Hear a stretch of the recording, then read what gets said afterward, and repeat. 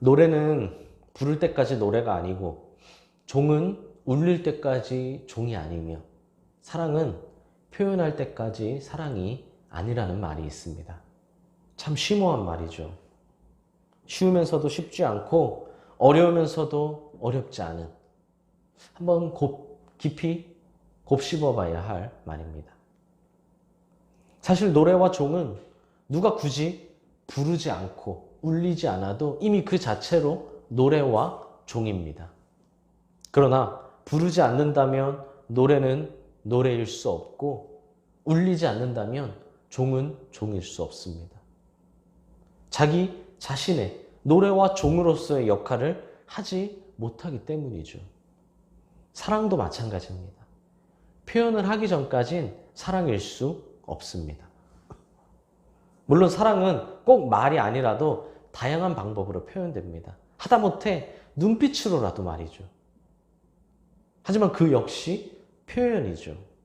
표현할 때 사랑은 사랑일 수 있는 겁니다. 이런 의미에서 믿음이란 기뻐하고 감사할 때 믿음이 될 수 있습니다. 오늘 본문에 나오는 기쁨과 감사는 바로 이런 의미에서 사용되었다는 겁니다. 사람은 언제 기뻐합니까? 당연히 좋은 일이 생길 때 기뻐하죠. 이건 누가 가르치는 것이 아닙니다. 가르치지 않아도 좋은 일이 생기면 누구나 다 기뻐합니다. 아무것도 모르는 갓난아기, 아무것도 배울 수가 없죠. 배울 수 없는 갓난아기도 엄마 품에 꼭 안기면 기뻐하죠. 엄마 품에 꼭 안기는 것이 행복한 겁니다. 그런데 바울은 좋은 일이 생길 때만이 아니라 좋은 일이 생길 때 기뻐하라 라는 것이 아니라 항상 기뻐하라 라고 합니다. 항상 기뻐하려면 우리 삶이 어때야 하나요? 늘 좋은 일만 있어야 합니다. 우리는 좋은 일이 있을 때 기뻐하니까요. 그럼 바울의 말은 두 가지의 가능성으로 해석할 수 있습니다. 첫째는 성도에겐 항상 좋은 일만 생긴다는 겁니다. 그럼 얼마든지 항상 기뻐할 수 있죠. 항상 좋은 일만 생기는데 어떻게 항상 기뻐하지 않겠습니까? 문제는 우리의 삶을 보면 그렇지 않다는 겁니다. 안 좋은 일도 있을 때가 있죠. 그것도 생각보다 많이 있습니다. 그럼 첫 번째 가능성은 틀렸다는 겁니다. 실제로 성도에겐 항상 좋은 일만 있는 것은 아니라는 거죠. 그렇다면 둘째는 무엇입니까? 좋은 일만이 아니라 안 좋은 일에도 기뻐할 수 있어야 한다는 겁니다. 이게 무슨 말입니까? 성도의 기쁨은 좋은 일이 아니라 믿음에서 비롯된다는 겁니다. 물론 사람이란 일반적인 사람의 기쁨은 좋은 일에서 비롯되지만 성도의 기쁨은 좋은 일이 아니라 믿음에서 비롯된다는 겁니다. 바울은 빌립보 성도들에게 주 안에서 항상 기뻐하라고 합니다. 주 안에서 기뻐하라는 것은 주님을 신뢰하는 믿음으로 기뻐하라는 말입니다. 지금 당장 내가 처한 상황, 내가 지금 만난 상황이 아니라 장차 나타날 영광을 보며 기뻐하라는 것이죠. 여기서 항상이란 두 가지 의미가 있습니다. 모든 것, 그리고 모든 시간입니다. 내가 원하는 것만 골라서가 아니라 모든 것을 감사해야 합니다. 내가 좋아하는 것만 기뻐하는 것이 아니라 모든 것을 말이죠. 또한 특정 시간이나 장소가 아니라 모든 순간을 감사해야 합니다. 매 순간순간을. 이것이 믿음의 삶입니다. 믿음이 없다면 성도는 현실 가운데서 기뻐할 수 없습니다. 오히려 다른 이들보다 더 많은 불만과 불평을 가질 수밖에 없습니다. 요즘 같은 시대에 누가 성도의 삶을 살길 원하고 누가 주님을 닮아가는 삶을 살기 원하겠습니까? 그런데 성도는 주님을 닮아가는 삶을 살아야 하니 당연히 다른 사람보다 더 많은 불평과 불만을, 힘듦을, 어려움을 가질 수밖에 없다는 거죠. 믿음이 없다면 그렇다는 겁니다. 그래서 바울은 빌립보 성도들을 가르치기 전에 주 안에서 항상 기뻐하는 것이 무엇인지를 자신의 삶으로 보여줬습니다. 만약 바울이 삶으로 보이지 못했다면 아무도 바울의 말을 따르지 않았을 겁니다. 바울은 빌립보에 있을 때에도, 빌립보에서 빌립보 성도들과 같이 있을 때에도, 혹은 빌립보에 있지 않을 때에도 늘 기뻐하며 살았습니다. 심지어 로마 감옥에 갇힌 상태에서도 바울은 항상 주 안에서 기뻐하는 삶을 살았습니다. 이렇게 바울이 항상 기뻐할 수 있었던 건 자신의 삶을 통해 주님의 영광이 드러날 것을 알았기 때문입니다. 자신의 승리를 통해서도, 자신의 고난을 통해서도 결국 드러나는 것은 주님의 영광이라는 것을 바울은 알았기 때문이죠. 그래서 바울은 어떤 일이든지 주 안에서 항상 기뻐할 수 있었던 겁니다. 우리 지난주 큐티에서 본 것처럼 바울에겐 요셉과 같은 믿음이 있었다는 겁니다. 무엇보다 자신은 구원받았다는 확신이 있었죠. 그리고 이것이 바로 바울의 기쁨의 근원이었습니다. 바울의 기쁨의 근원은 좋은 일, 잘된 일, 성공한 일이 아니라 구원에 있었다는 겁니다. 이는 하박국의 믿음을 생각나게 합니다. 하박국은 무화과 나무가 무성하지 못하며 포도나무에 열매가 없으며 감람나무에 소출이 없으며 밭에 먹을 것이 없고 우리의 양이 없고 외양간에 송아지가 없다고 할지라도 기뻐하겠다고 했습니다. 앞으로 열매와 곡식이 풍성히 맺힐 것이기 때문에, 앞으로 가축이 넘쳐날 것이기 때문에 기뻐하겠다는 말이 아닙니다. 하박국은 구원의 하나님 자체를 기뻐하겠다고 합니다. 하나님이 나의 기쁨의 근원이라는 겁니다. 내 주머니가 가득 채워졌기 때문이 아니라, 내가 원하는 대로 다 됐기 때문이 아니라 하나님이 함께 하시기 때문에 기뻐하겠다고 하는 겁니다. 물론 우리의 삶은 늘 형통하지만은 않습니다. 게다가 각자 가진 어려움은 전부 다 다릅니다. 똑같이 힘들다고 말해도, 똑같이 위기라고 말해도 그 깊이는 다 다르죠. 결국 누가 더 어려운 것은 없습니다. 내가 어려운 것이 세상에서 가장 어렵죠. 내가 아픈 것이 세상에서 가장 아프고, 내가 어려운 거, 내가 힘든 것이 가장 힘듭니다. 그러나 요셉도 하박국도 바울도 우리의 기쁨의 근원은 하나님이 되어야 한다고 말합니다. 그럴 때 주 안에서 항상 기뻐할 수 있고, 그것이 진정한 기쁨이라고 말합니다. 반드시 명심하십시오. 우린 한 성령님 안에서 한 소망을 갖고 한 하나님을 섬기는 한 몸이라고 했습니다. 우리가 가진 어려움은 다 다르지만 우리의 기쁨은 다 같을 수 있다는 겁니다. 하나님이 우리의 기쁨의 근원이 될 때 우린 비로소 주 안에서 항상 기뻐할 수 있다는 겁니다. 5절에선 너희 관용을 모든 사람에게 알게 하라. 주께서 가까우시리라 라고 합니다. 이는 성도의 기본적인 삶의 태도로서 모든 사람에게 너그러운 태도를 가지라는 말입니다. 우리 이전에 봤던 유오디아와 순두계에게 하는 말이고, 또 빌립보 성도 전체에게, 그리고 오늘날 우리에게 하는 말입니다. 서로가 서로에게 관용을 베품으로 교회가 더욱 하나가 될 수 있도록 힘쓰라는 겁니다. 사실 이것도 쉽지 않습니다. 아무나 이런 마음가짐과 태도를 가질 수 있는 것이 아니죠. 왜냐하면 세상을 살다 보면 내가 관용을 베푼다고 그것이 꼭 다시 나에게 관용으로 돌아오는 것도 아니고, 오히려 관용을 베풀면 베풀수록 호구가 될 수도 있는 세상이기 때문입니다. 그러나 구원받은 우린, 이미 천국의 시민인 우린 모두에게 관용을 베풀 수 있어야 합니다. 베풀어야 합니다. 우리 기쁨의 근원이 하나님이시기에 할 수 있는 일이자 또 해야 하는 일이죠.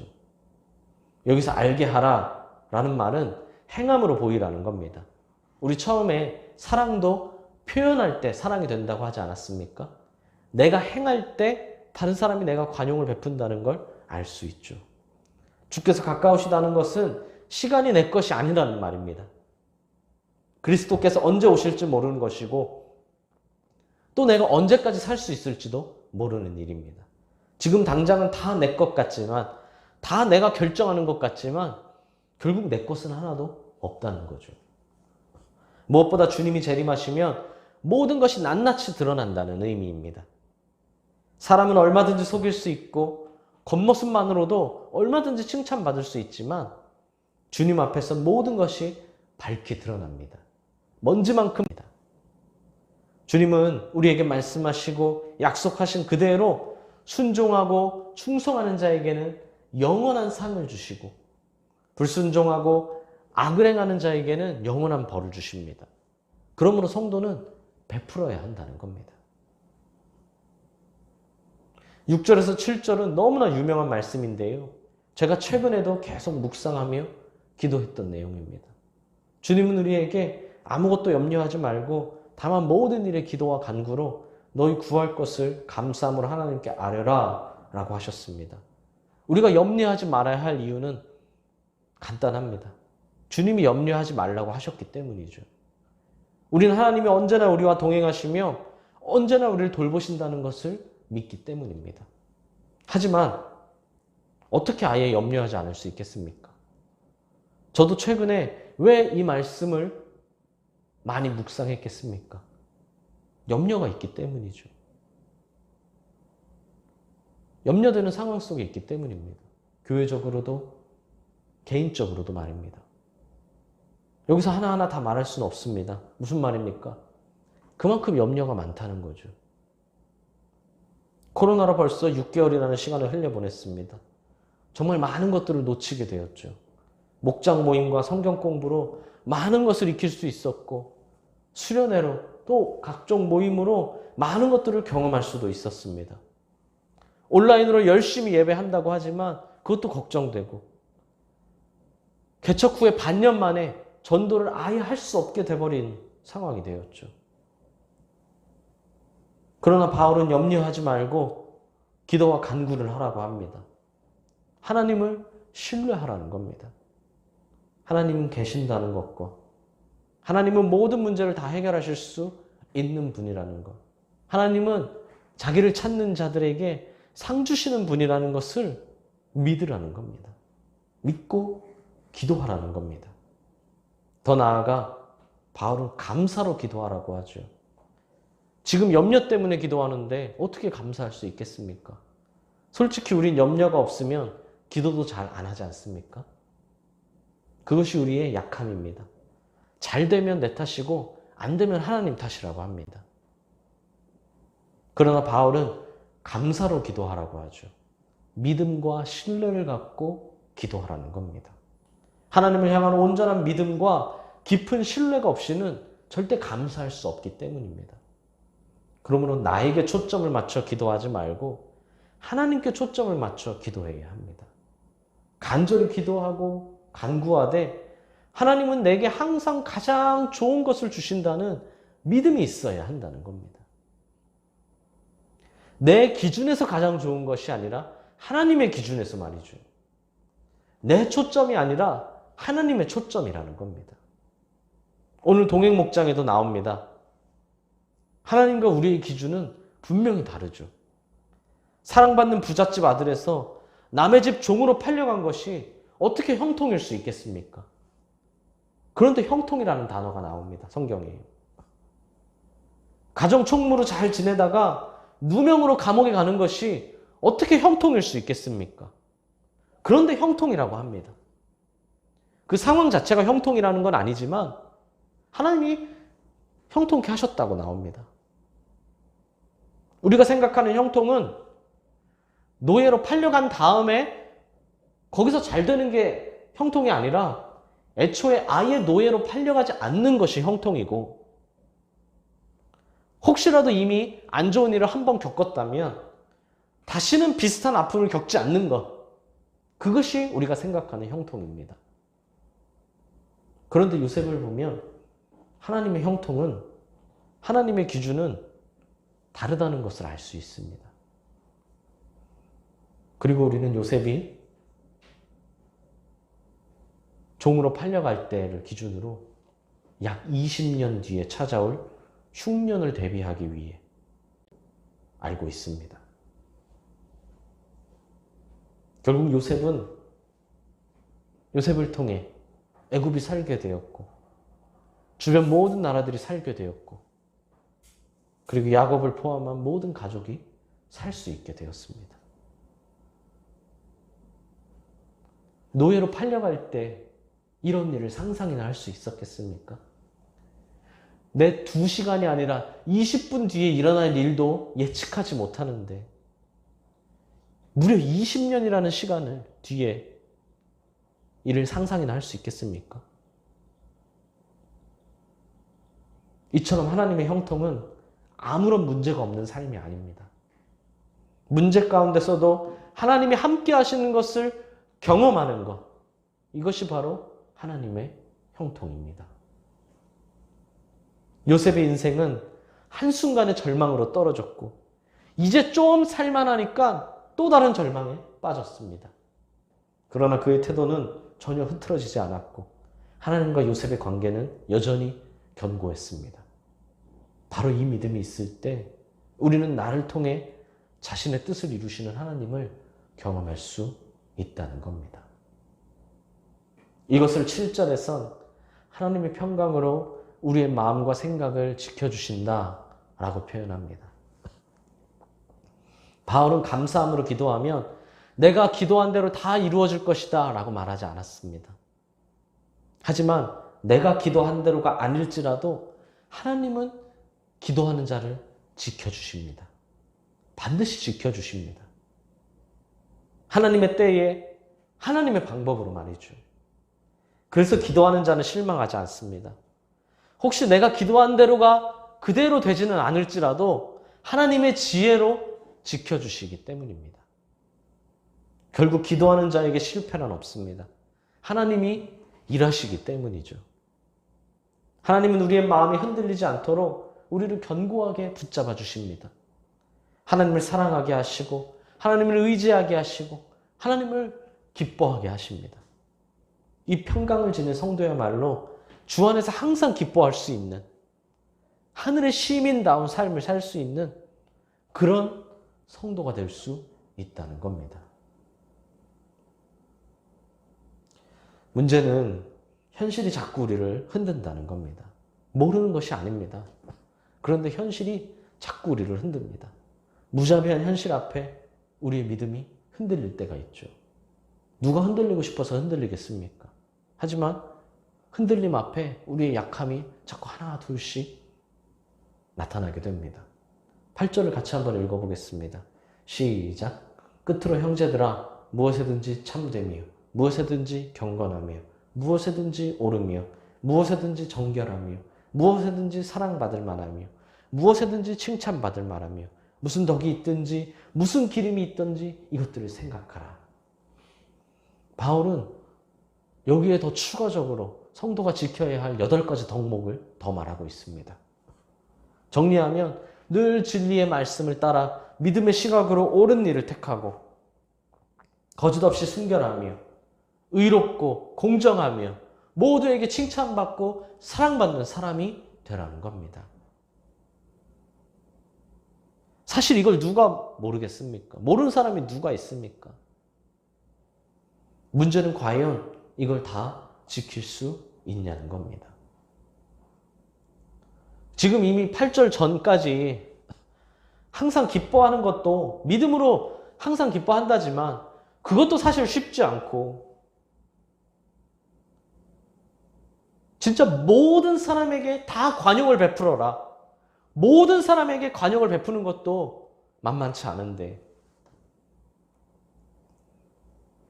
염려하지 않고 감사함으로 기도하는 것은 더 벅찬데 그 외에도 지킬 것이 참 많다는 겁니다. 사실 오늘 설교는 우리는 이런 사람이 됩시다. 항상 기뻐합시다. 감사함으로 기도합시다. 염려하지 맙시다. 관용을 베풉시다. 또 8가지를 보며 이 8가지도 잘 지킵시다. 이런 믿음의 사람이 됩시다. 하고 끝내면 됩니다. 그렇게 끝내면 서로 좋습니다. 저도 뭐 복잡하게 더 설명할 것도 없고 우리 여러분도 아멘 하고 끝내면 되죠. 문제는 실제 삶에서 이를 지킬 수 있냐는 겁니다. 믿음은 다짐이 아니라 삶이기 때문입니다. 믿음은 그냥 생각으로 끝나는 것이 아니라 그냥 여기서 아멘 한다고 끝나는 것이 아니라 실제 우리 삶에서 지키는 것, 삶으로 살아내는 것, 그것이 믿음이기 때문이죠. 솔직히 말하면 저부터 현실과의 갈등과 영적인 싸움을 계속하고 있습니다. 목사라고 늘 이길까요? 질 때도 많이 있습니다. 항상 기뻐하지 못할 때가 많으며 관용을 베푸는 것도 사람을 골라, 상황을 골라 할 때도 많고요. 기도한 뒤에도 염려가 남아있고 성도로서 지켜야 할 덕목을 왔다 갔다 할 때도 있습니다. 저도 그런데 여러분은 어떻겠습니까? 솔직히 항상 기뻐하라 라는 것부터 불가능에 가깝습니다. 내가 하는 일이 다 잘 되고 형편이 좋을 땐 누구나 넉넉한 마음을 가질 수 있습니다. 그런데 일이 잘 안 풀리고 상황이 꼬이고 어려워지고 하면 아무래도 마음의 여유를 갖기 어렵죠. 그러다 좋지 않은 상황을 만나게 되면 그런 어려움들을 반복해서 만나게 되면 어떻습니까? 당장 주어진 문제를 해결하기도 벅찹니다. 한마디로 나 하나 살기도 벅차다는 거죠. 그래서 믿음의 삶을 현실과 동떨어진 이상일 뿐이라고 폄하하는 사람도 있습니다. 잘 될 때는, 내가 잘 될 때는 그런 소리들이 내 귀에 들어오지도 않는데 내가 어려울 때는 그런 소리들이 내 가슴에 비수처럼 꽂힙니다.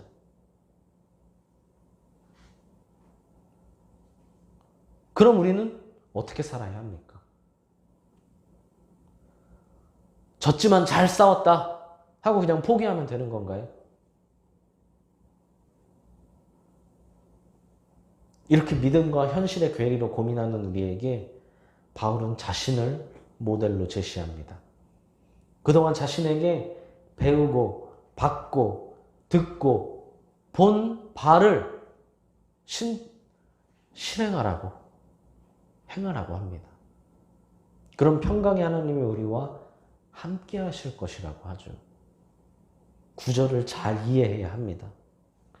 우리가 행할 때, 행동에 옮길 때 평강의 하나님이 함께 하신다고 합니다. 그런 오해는 없어야 합니다. 오늘 말씀대로, 오늘 바울이 지금까지 나열한 대로 다 잘 지키고 완벽해져야 함께 해주신다는 것이 아닙니다. 부족하지만 말씀대로 행할 때, 완벽하진 않지만 말씀대로 노력할 때 함께 하신다는 겁니다. 이는 출애굽기 언약을 생각나게 합니다. 하나님은 이스라엘 백성을 애굽에서 건져내시고 그들에게 십계명을 주셨습니다. 근데 십계명을 오해하는 사람들이 있죠. 십계명을 완벽히 지켜야 하나님의 자녀가 된다고 말입니다.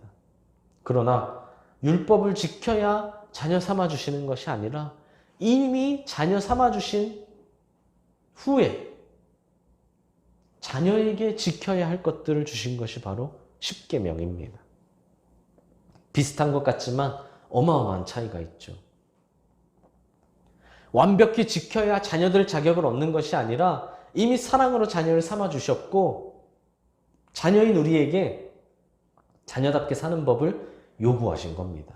이 원리와 약속이 바로 오늘 본문에도 적용됩니다. 하나님은 이미 우리와 함께 하신다는 겁니다. 그러므로 이미 자녀인 우리는 하나님이 동행하시는 자다운 마땅한 삶을 살아야 한다는 겁니다. 사랑하는 수원동행교회 성도 여러분, 솔직히 오늘 본문을 100% 지키기란 불가능한 이야기입니다. 인간의 노력으로는 절대 불가능하고 평생을 바쳐도 결코 도달하지 못할 영역입니다. 어떻게 살면서 염려가 전혀 없을 수 있고 어떻게 살면서 늘 예수님의 성품을 100% 닮아 행할 수 없다는 겁니다. 그러나 우린 이미 하나님이 동행해 주시는 하나님의 사랑받는 자녀임을 잊지 말아야 합니다. 하나님은 우리가 구원받을 수 있도록 예수님을 우리에게 보내주셨고, 예수님은 우리가 구원받은 자답게 살 수 있도록 성령님을 우리에게 보내주셨습니다. 그러므로 지키기 불가능해 라며 합리화하며 포기하는 것이 아니라 성령님을 의지해야 합니다. 우린 이 땅에서 육신의 욕심에 끝없이 유혹을 당하지만 꾸준히 성령님을 의지하고 꾸준히 성령님께 귀를 기울이고 꾸준히 성령님의 뜻에 순종하면 점점 육신의 욕심에서 벗어날 수 있다는 겁니다. 이것이 성화고 오늘 바울이 말하는 것입니다. 우린 구원이란 가장 큰 선물을 이미 받은 사람이라는 겁니다. 그러므로 하나님은 언제나 우리에게 가장 좋은 것을 공급해 주신다는 믿음을 가지시길 바랍니다. 우리와 늘 동행하시는 하나님은 때마다 우리에게 크고 작은 우리에게 필요한 은혜를 허락해 주신다는 겁니다. 관점을 바꾸십시오. 우리는 문제가 해결돼야만 염려가 사라지고 평안이 찾아온다고 생각합니다. 그래서 기도할 때도 내가 가진 문제 자체에만 초점을 맞춰 그 문제 자체 해결에만 초점을 맞춰 기도할 때가 많습니다. 저도 마찬가지입니다. 저도 하나님을 구하는 것이 아니라 내가 가진 문제를 해결해 주십시오. 없애 주십시오. 자꾸 여기에만 초점을 맞춰 기도하게 됩니다. 나름대로 열심히 노력하지만 자꾸 내가 가진 문제에 초점이 간다는 거죠. 물론 문제가 해결되면 당장 염려는 사라지겠지만 그것이 해결될 때까지 조급할 수밖에 없고 혹시 그 사이에 혹은 그 이후에 또 다른 문제가 생기면 또 염려할 수밖에 없다는 겁니다. 그리고 평생 이 과정이 반복될 뿐이죠. 그러나 평강의 하나님을 구하면 어떤 상황에서도 변함없는 믿음을 구하면 그리고 이 믿음으로 조금씩 실천해 나간다면 우리는 주님을 만남으로 주님 주신 평강을 누릴 수 있다는 겁니다. 문제가 다 사라져서 평강을 누리는 것이 아니라 문제의 유무와 상관없이 평강을 누릴 수 있는 사람이 될 수 있다는 겁니다. 성경에 대해 많이 아는 것이 중요한 것이 아닙니다. 결국 내가 행한 만큼만 누릴 수 있는 겁니다. 받는 것보다 주는 것이 복되다는 것을 배웠으면 실제로 주라는 거죠. 행하라는 겁니다. 그때 받는 것보다 주는 것이 행복하다는 것을 느낄 수 있고 그때 하나님이 말씀하시는 평강이 무엇인지 깨달을 수 있다는 겁니다. 그러므로 행하라는 겁니다. 사랑하는 수원동일교회 성도 여러분, 하나님은 나보다 나를 더 잘 아시며 항상 나에게 가장 좋은 것을 주신다는 것을 신뢰하시길 바랍니다. 때론 아픔이나 슬픔이 있을 수도 있습니다. 그러나 그것조차 선하게 사용하실 주님을 신뢰하시길 바랍니다. 바울과 요셉은 죄를 지어서 감옥에 간 것이 아닙니다. 그럼에도 불구하고 그들은 전혀 슬퍼하지 않았죠. 요셉은 친형제 때문에 노예가 되었습니다. 게다가 바울은 이번이 감옥에 처음 갇힌 것도 아니죠. 그러나 바울은 이전에 감옥에 갇혀 있을 때도 당당히 찬송을 부르던 사람이었습니다. 어떻게 이럴 수 있습니까? 그들에겐 확신이 있었기 때문입니다. 지금 내가 당하고 있는 고난은 내가 앞으로 누리게 될 영광과는 비교할 수 없다는 것을 확신했기 때문이고 주님이 내 모든 눈물을 반드시 다 씻겨주시고 영광의 상급을 주실 것이란 믿음이 있었기 때문입니다. 어떻게 이럴 수 있습니까? 하나님이 기쁨의 근원이었기 때문입니다. 하나님께 위로를 얻었기 때문입니다. 물론 당장은 이해가 안 갈 수도 있습니다. 당장은 슬픔이 내 마음을 뺏을 수도 있습니다. 그러나 10년이 넘는 세월을 연단받은 요셉처럼 하나님은 그 아픔을 통해 우리를 더 온전하게 하실 줄 믿습니다. 하나님을 신뢰하십시오. 믿음으로 기뻐하고 감사함으로 기도하십시오. 우리가 가늠할 수 없는 위대하고 놀라운 계획을 신뢰하는 우리를 통해 이루실 줄 믿습니다. 오늘 이 믿음과 소망이 저와 우리 성도님들의 영혼을 사로잡고 이 믿음이 우리를 이끌어가기를 간절히 소망합니다. 어려움과 고통과 아픔 중에 있으십니까? 걱정하지 마시길 바랍니다. 반드시 하나님이 회복시켜 주실 줄 믿습니다. 그러므로 이 하나님을 신뢰하는 우리, 하나님으로 말미암아 기뻐하는 우리, 그런 우리 사랑하는 성도님들이 되시기를 진심으로 소망합니다.